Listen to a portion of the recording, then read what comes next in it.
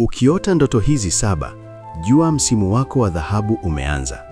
Karibu sana upokee mwanga wa kiroho, tafsiri za ndoto na maombi pamoja na Prophetic Galila. Msimu wa dhahabu hauji kwa kelele, huanza kimya kimya, na ndoto hizi huja kama uthibitisho wa rohoni kwamba baraka zimeanza kutiririka. 1. Kuota unapanda juu bila kizuizi, ishara ya kuinuliwa na kufunguliwa kwa hatua mpya. 2. Kuota unapokea zawadi, pesa au kitu cha thamani, baraka za vitendo zinaanza kuonekana. 3.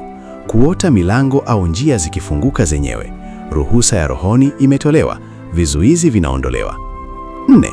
Kuota nuru au mwanga mkali mbele yako, ufunuo na mwelekeo sahihi kwa msimu mpya. 5.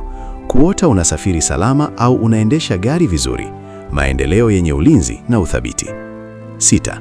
Kuota maji safi, mvua au bustani yenye uhai, uzazi wa baraka, ukuaji na mavuno. 7.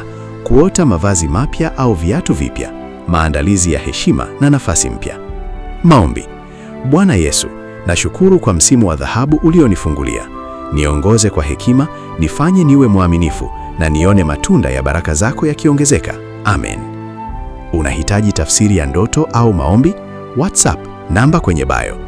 Jiunge pia na magrupu yetu ya tafsiri za ndoto na maombi kupata mafunzo haya kwa undani zaidi.